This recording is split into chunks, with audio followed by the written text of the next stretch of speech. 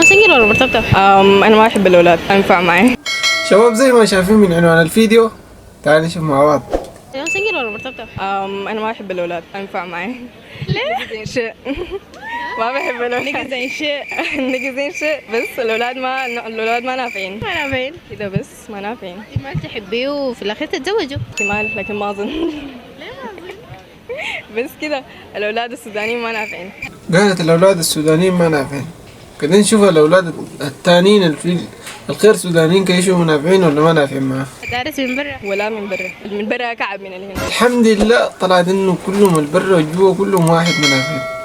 يعني لو كان طلع إنه ما بتريد السودانيين بس والله حردمك ردمة، لكن الحمد لله ما مشكلة يا جماعة، مع الأيام بتتأقلم. كده نشوف البعض.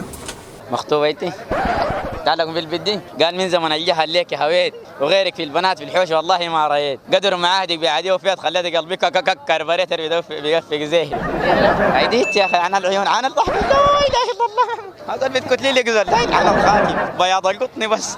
أقول لا يا جماعة، في أي مقابلة بلقى المذيعات هذا برتاح ما أعرف السير شنو.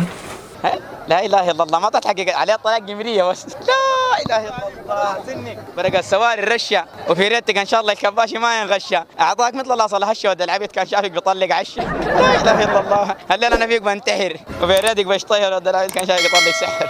انا السنون دي لا اله الا الله محمد كراس الجامعه بس. لا اله الا الله عنك كلام. والله عندها خاتم فيه قلبي ذات عليك الله رسل لي هلينا. قلت شنو؟ قلت شنو؟ عندك خاتم فيه قلبي ده ساكن هنا عليك الله نزل لي قلبي ده، قول لي دقته ده كيف انا لا اله الا الله. هذول تعال نتقايض، تعال والله نتقايض. قلت في شنو؟ نتقايض انا سوقك انت وابوك اللي سوق امي عليك النبي ما جيت. لا اله الا الله، لكن امي شيء انا بكون دقست ابوك رايح الصاق حتى خلي راس عدوك ما قهونا. لا اله الا الله، كان امام فلس كانت قدمت لي ابوك رايح. انتوا بتاكلوا تشيكن؟ انا زال عصيده صايم امك يدينا اللي ناس اللي بدعوس. ما بدوس ما بتعرف. ما بتعرف يا اخي المفروض كنت تاكلوا شوكولاته بس مصارينك لينا، وانا مصاريني حطب بالله. في مصاري ناشفة صح؟ انا الضحكه دي والله بتكتلي لي زول انت قمري علي هذا. انت ما عليك اللهم خطوبه. طيب امك كان طلقها ابوي جايه. امك حلوه زيك كده؟ مني كمان. امك احلى منك. ابوي ده طلق امي طوالي، كان سامعني ابوي طلق امي. تشرفنا. ها؟ تشرف. محمد عوض. محمد عوض، يعني شو دعوة يمجني؟ والله ما عارف. ما عارف. واضح وصريح. واضح وصريح، الزول لك بيعرف الجنيه تاني. في ده يعني صح كلام انتوا تجيبوا مذيعات جميلة زي ده، دايرني اعرف السؤال كيف يعني. لا انا ذاتي لو في محله حقول لك الكلام لك بيعرف الجنيه. بعيلينا الله يجبر بخاطرك يا اخي. يا اخي اللهم امين يا اخي، ما تسالونا السؤال الفات. طيب السؤال اللي فات جاتو. بتعجبك شنو في البيت؟ طيب اللي بيعجبك شنو في البيت؟ زي كده. زي انا؟ ها ده جاب لكم بيرك كده، جاب لكم من الاخر كده، قال لك الزي كده. تعال نشوف سولارة. بابا تمام. كيفك حبيبي؟ تمام. تمام؟ الحمد لله. بابا عايزة افتح معاك موضوع مهم. اللي هو انا قررت اخلي القراية. خالص. ايوه تصور ليه؟ ليه؟ اها ليه انا ذاتي رحت ليه ما اعرف ليه. حمشي اتزوج.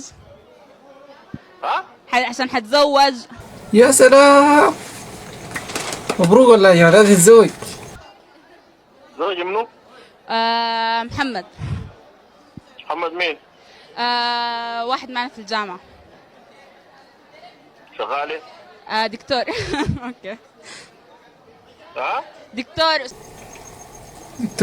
يا حاج. شغال في بريطانيا، اها. بس اشترط ان انا اخلي القراية. القراية شنو اللي بتقريها اصلا؟ الدكتورة يعني؟ لا. تصور البكالوريوس. ها؟ الجامعة البكالوريوس اخليها. قال نسافر طوال بريطانيا. مين معاي؟ سولاري حمزة بابا بنتك. اها قال لا مين معي؟ يعني بنته ذاتها هسه فاجأته بالبريطاني شنو؟ وانت بتعرفين من وين الزول ده؟ عرفت منين؟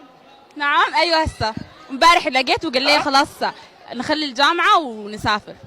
بريطانيا. انت مجنونه يا بنت. ليه بابا؟